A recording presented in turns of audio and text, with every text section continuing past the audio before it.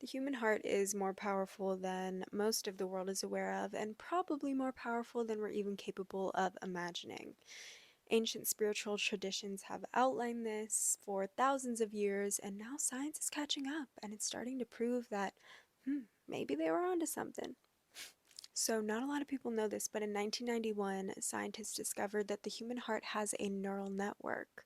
And we associate neural networks with the brain, but our heart actually has one, which means it can think, feel, and remember independently of the brain. There are around 40,000 specialized cells in this network called sensory neurites. They're like neurons, but for the heart. In school, we learn that the brain is the master organ of the body, but actually, the heart sends more instructions to the brain than the brain does to the heart. And the electromagnetic field of the heart is anywhere from hundreds to thousands of times stronger than that of the brain's. Specifically, the electric field is 60 times greater, and the magnetic field is about 100 times greater than the brain's. So, who's really the master? So, the heart's magnetic field actually reaches beyond our body. So, we think we stop at our flesh, but actually, there's energy physically being emitted from our body. Yes, we talk about energy and vibes, but scientifically, we can even measure it. I forgot what it's called. It's like electrocardio something something. They can use a tool and measure the energetic field that surrounds our body from our heart. And you can actually measure it from up to 3 feet away. And by the way, these electromagnetic fields exist within all things and obviously all other beings. So I think just simply being aware of that will help us move with a little bit more intention. There's so much going on in the invisible realm that if you're not tapped in and grounded, you'll just miss. The heart's magnetic field is toroidal, so I'll put up a picture. And from that fact alone, we can see how what we put out is what we receive, and what we receive is also what we put out.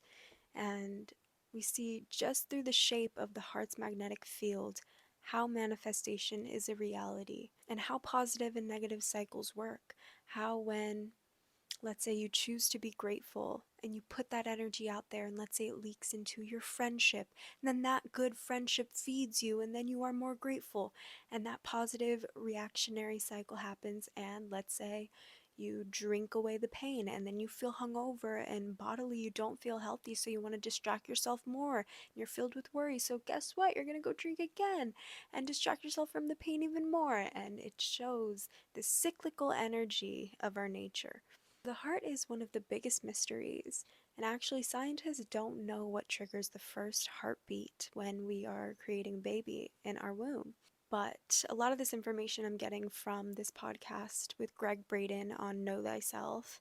And he mentions how, when talking amongst his spiritual friends from Tibet and Peru and his Native American friends, etc., they all say the same thing, that the first heartbeat is when the soul enters our body. There's this widely shared notion that the heartbeat is divinity, infinity, taking finite human form.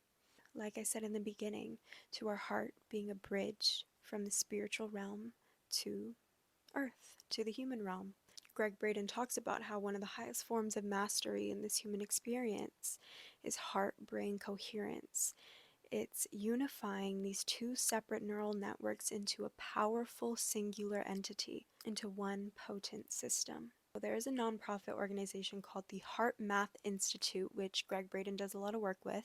They created a meditation sort of practice that seems to amplify heart brain coherence. Now, this is one method, but it's not like you must follow these exact 3 steps and use the Heart Math Institute method to achieve heart brain coherence. No, it's just that these intentions, they're kind of a good summary of what harmonizing the brain and heart would look like.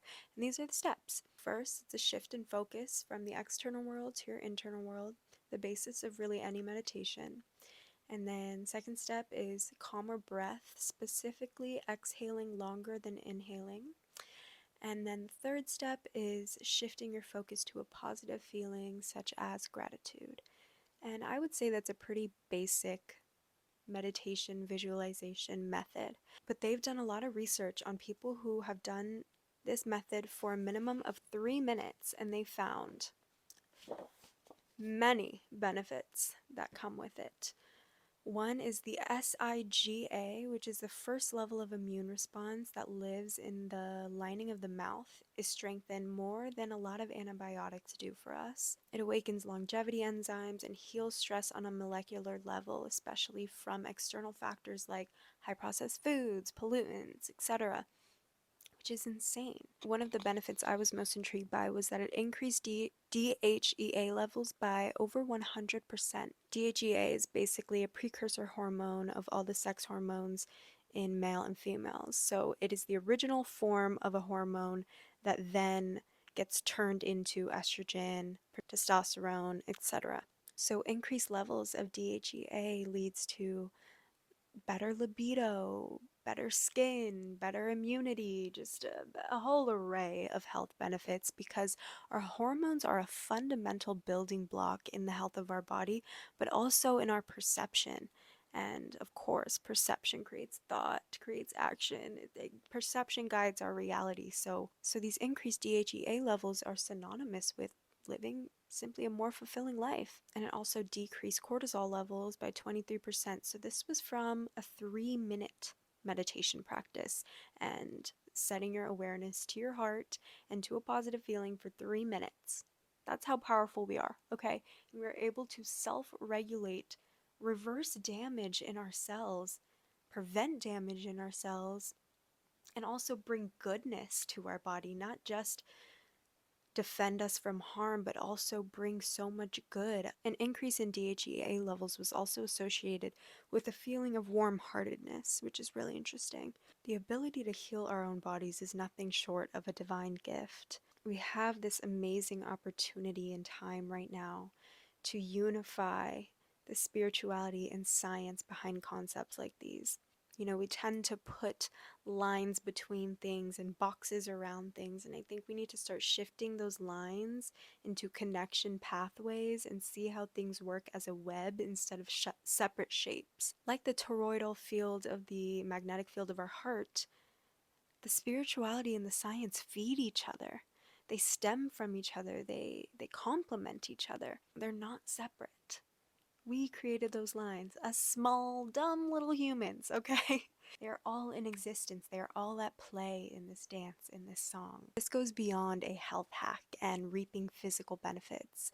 This is means for serious spiritual transcendental change. I mean, that's why not everyone's doing it. If it was an easy feat, everybody would be doing this by now. I mean, think about the practice of meditation in general. You have to sit there in the chaos of your mind, in the chaos of all the external factors going on in your world, and focus on something like gratitude. Shift your attention on something like your heart.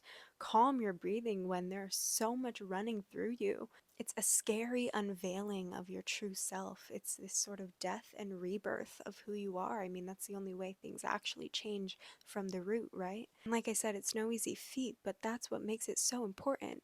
It's a journey that is so powerful, it shouldn't be easy, and it holds such tremendous potential for change toward harmony. And in these times of spinning chaos, this gives us something to hold on to, something to keep us stable through these tumultuous times. The heart speaks a language that we are just starting to dig into, and I'm so excited to learn more about this, and those are just some knowledge points I thought were interesting and thought I'd share. The internet is such a cool place when we use it right, and I hope you learned something, and I can't wait to learn more. I want to make videos like this more commonly, and know that I'm never trying to preach. I'm only handing you knowledge to play with, so go have fun with these facts.